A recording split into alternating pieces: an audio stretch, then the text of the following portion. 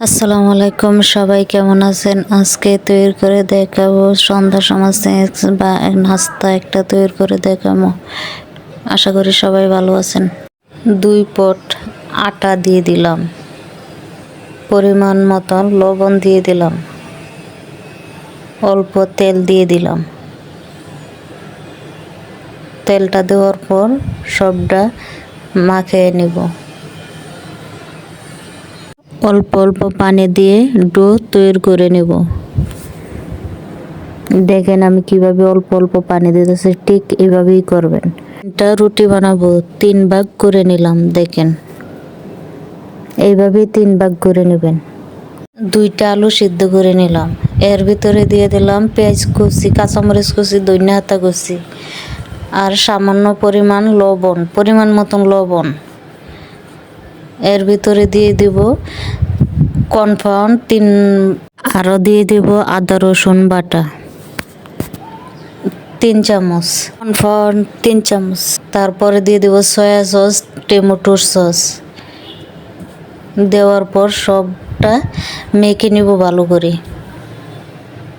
সামান্য পরিমাণে একটু হলুদের গুঁড়া। এখন ডো তৈরি করে নেব ভালোভাবে। দেখেন কিভাবে তৈরি করতেছি, এইভাবেই তৈরি করবেন। ডোটা 3 ভাগ করে নিলাম, রুটিও 3টা, ডো 3টা। এখন রুটি বানায় নেব। রুটি বানানোর পর আগে রুটির উপর রেখে সব কিছু দিয়ে দিব। আগে রুটি দিব, তারপরে এই ডোটা দিব। ভালো করে মিশিয়ে দিবেন, দেখবেন ভালো করে যাতে সবটাই মিশে। এইভাবেই মিশাইবেন। তারপর আরেকটা রুটি দিব, দেওয়ার পর আবার এইভাবে মাখাবো। এমন করে 3টা রুটি দিব আর 3টা ডো দিব। এইভাবেই খুব সহজে করা যায়। আমি যেমনি করতেছি এইভাবেই করবেন। সব সাইডে ঠিক মতন মেশাবেন, কোনো আনো কম না, কোনো আনো বেশি না। দেখেন একটা হয়ে গেছে। এখন এইটার উপরে আরেকটা রুটি দিয়ে দিচ্ছি। এখন এইটার ভিতরেও এইভাবেই ডোটা মিশিয়ে নেব। আমি যেমনি মিশাইতেছি আপনারাও ঠিক এইভাবেই করবেন।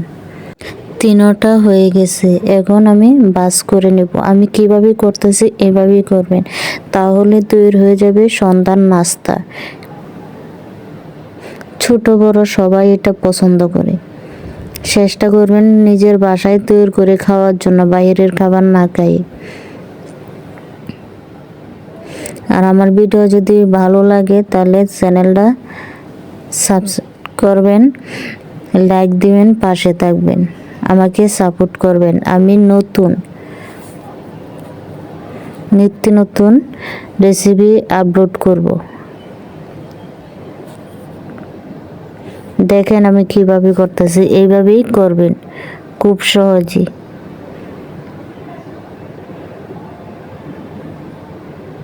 আমার ভিডিও যদি ভালো লাগে কমেন্ট করবেন, আমি কমেন্টের রিপ্লাই ভিডিও বানাবো।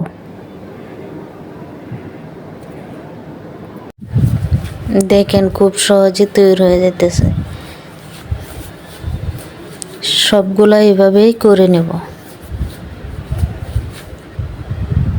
এইভাবেই সবগুলা কেটে নেব।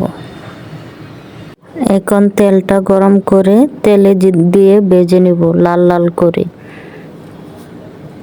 দেখেন আমি কিভাবে করতেছি। যদি ভুল হয় মাফ করে দিবেন। আর আমার ভিডিও ভালো লাগলে পাশে থাকবেন। আল্লাহ হাফেজ।